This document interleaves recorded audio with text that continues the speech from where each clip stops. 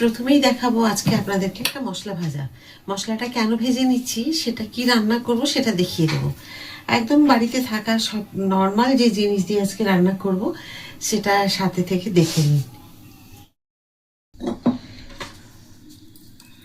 প্রথমে দিয়ে দেবো আমি হাফ চামচ জিরে, একটু হালকা করে ভেজে নেব। দেব একটুখানি কসুরি মেথি,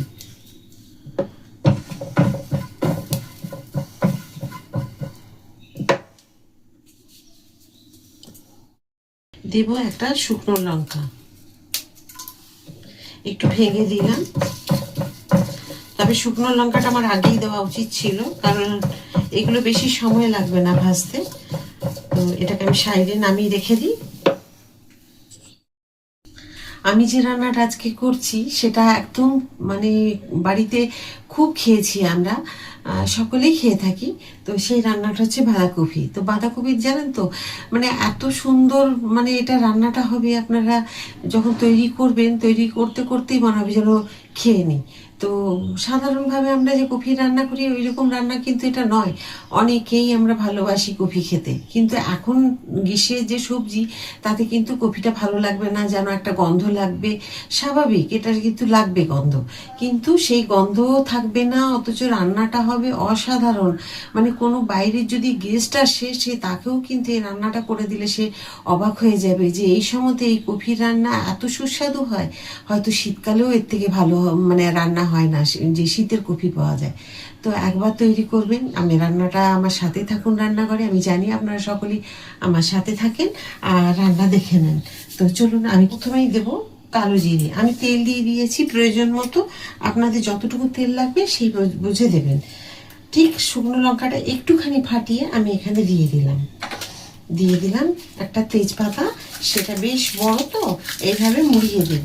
আমি কিন্তু তেজপাতা ছিঁড়ে দিই না, কারণ না তেজপাতা যখন রান্না হয়ে যায় টুকরো টুকরো হয়ে গেলে তখন হয়তো খাবারের সাথে গলায় আটকে যেতে পারে, তাতে অসুবিধা হতে পারে বাচ্চা বয়স্ক। সেই কারণে আমি তেজপাতাকে সাধারণত একটু গোটাই দিই। আমি নিয়ে নিয়েছি একটা আলুকে ছোট ছোট করে টুকরো করে নিয়েছি। এগুলো কিন্তু আমি সেদ্ধ করিনি, একদম কাঁচা আছে আলুগুলো। দেখুন, আমি এখন দেখুন গন্ধ বেশ সুন্দর বেরিয়েছে, তেজপাতা, শুকনো লঙ্কা, কালো জিরে। এখন দিয়ে দেবো আমি আলুগুলোকে।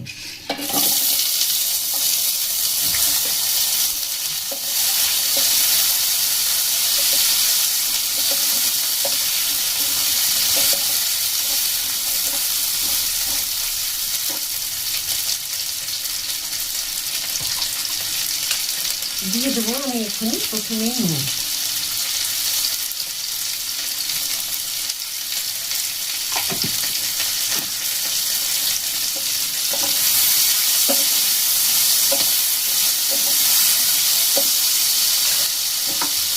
ঢাকা দিয়ে দেব। ঢাকা দিয়ে দেখে নিলাম, দেখে রাখলাম। রেখে আমি দিয়ে দেবো এই যে বেগুনগুলো আমি কেটে রেখেছি, সেই বেগুনগুলোকে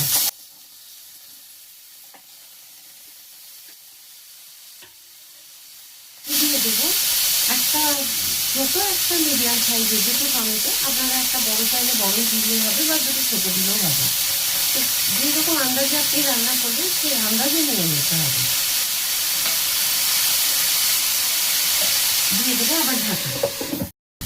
আপনাদের আরেকটা কথা বলি, যদি আপনারা রসুন পেঁয়াজ খেতে চান দিতে পারেন, কিন্তু যখন আমি এখানে ভাজলাম আলুগুলো তখনই আপনারা একটু পেঁয়াজ দিয়ে যতটুকু পরিমাণ রান্না করবে সেই অনুপাতে। হয়তো আমি যেটা করেছি একটা মিডিয়াম সাইজের বা বড় সাইজের পেঁয়াজ দিলে ভালো লাগবে।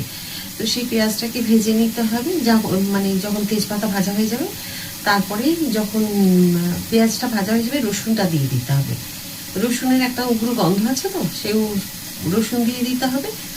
বেটেও দিতে পারেন বা থেতো করেও দিতে পারেন, দিয়ে বা কুচিও দিলেও হবে। দিয়ে সেটা একটুখানি মোটামুটি 1 সেকেন্ড মতো একটু ভেজে নিতে হবে হাই ফ্লেমে। তারপরে আপনি এবারে আলু, বেগুন, যেমন আলু ভাজলাম আলুটা দেবেন, তারপরে কিছুক্ষণ পরে আলুটা ভাজা হয়ে গেলে বেগুন, টমেটো দেবেন।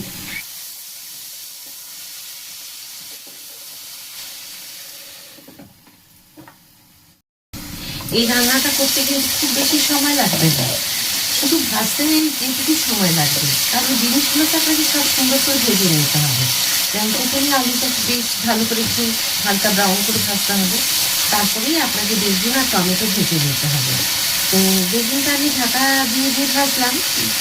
আপনারা যদি চান যে ঢাকা না দিয়ে ভাজবেন তাহলে হবে, কিন্তু আলুটা একটু সময় লাগবে। হয়ে গেছে। এখন আমি ঢাকা খুলে দেখে নিলাম, সুন্দর হয়েছে। এখানে আমি রেখেছি অল্প একটু আদা, আমি হাফ ইঞ্চি মতো আদাকে গ্রেটারে গ্রেট করেছি, সেইটুকুই দিলাম। এখানে মশলা সেরকম কিছু ব্যবহার করতে হবে না। দিয়ে দিলাম হলুদ,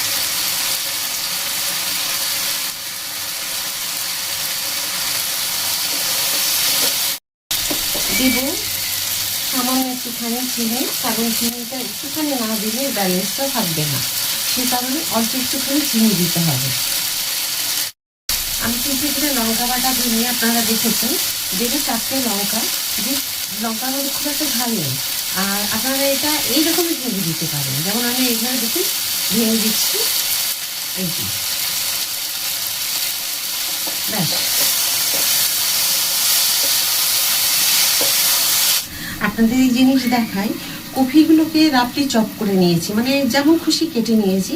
একদম পাতলা ঝিরিঝিরি করে কাটতে হবে না, যেমন খুশি আপনারা কেটে নিতে পারেন। কেটে নিয়ে একটা তেজপাতা দিয়ে, নুন দিতে হবে না, তেজপাতা দিয়ে একটু জল দিয়ে ভাপিয়ে নিতে হবে। দিয়ে যে জলটা বেরোবে সেটা ফেলে দিতে হবে। সামান্য অল্প একটু জল দেবেন, এমনি কফির থেকে জল বেরোবে। আর একদম লো ফ্লেমে দিয়ে দেবেন, আর যদি হাই ফ্লেমে দেন তাহলে অল্প একটুখানি 1 কাপ জল দিয়ে ফুটিয়ে নেবেন। তো বেশিক্ষণ না, 5 মিনিট একটুখানি লো ফ্লেমে আমি অল্প একটু জল দিয়ে ফুটিয়ে নিয়েছি। তাতে দেখুন কফিগুলো সেদ্ধ হয়ে গেছে। আর খুব গলে যেন না যায় সেটা দেখবেন। আর একটা অবশ্যই তেজপাতা দেবেন। তো এইভাবে আমি কিন্তু জল ঝরিয়ে নিয়েছি দেখুন। দিয়ে এবারে আমি কফিগুলোকে এখানে দেব। দেখুন কি সুন্দর লাগছে দেখতে না, মানে আপনারা নিজেরা দেখলে বুঝতে পারবেন। এই যে দেখুন দিয়ে দিচ্ছি, একদম জল নেই দেখুন।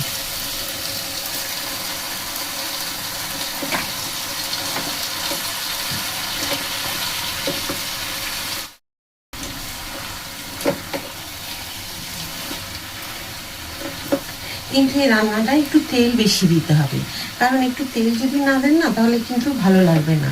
যেহেতু এখন গ্রীষ্মকালের কফি, তো একটা যেন কেমন যেন একটা গন্ধ ছাড়ে, এটা আপনারা তো জানেনই। সেই গন্ধতে যেন ভালো লাগে না।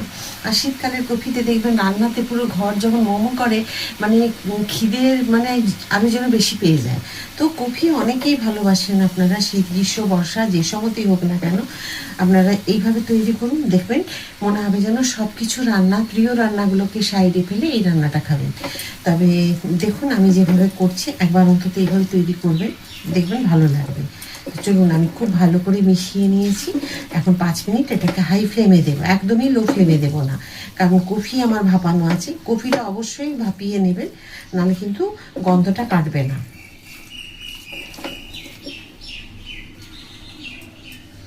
এবারে ঢাকা দিয়ে দিলাম, আমি হাই ফ্লেমে রেখে দিলাম 5 মিনিটের জন্য। 5 থেকে 7 মিনিট, যদি 10 মিনিটও লাগে অসুবিধা নেই।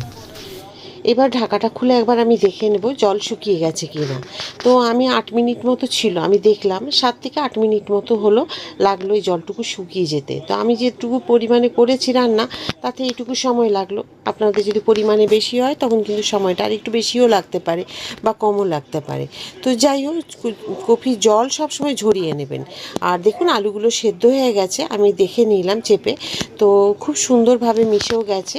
এখন যে আমি মশলাটা তৈরি করে রেখেছি এটা কিন্তু দিতে হবে, এটা কিন্তু অবশ্যই দেবেন, একদম মিস করবেন না। এখনকার বাঁধাকপি বলুন বা নতুন যদি থাকে, যখনই দেবেন না কেন এই রান্নাটার স্বাদ কিন্তু 10 গুণ বাড়িয়ে দেবে। 10 গুণ কি বলবো, 100 গুণ বাড়িয়ে দেবে। তো অসাধারণ হয়। আর যারা কফি ভালোবাসেন অবশ্যই ভালো লাগবে, যারা ভালোবাসেন না তারাও কিন্তু চেয়ে খাবেন, এতটা সুস্বাদু হয় খেতে। তো কেমন হয়েছে রান্নাটা অবশ্যই কমেন্ট করে জানাবেন। যদি ভালো লাগে লাইক, সাবস্ক্রাইব আর শেয়ার করে সাথে থাকবেন। নতুন রান্না নিয়ে চলে আসবো। সবাই খুব ভালো থাকুন। রাধা রাধা।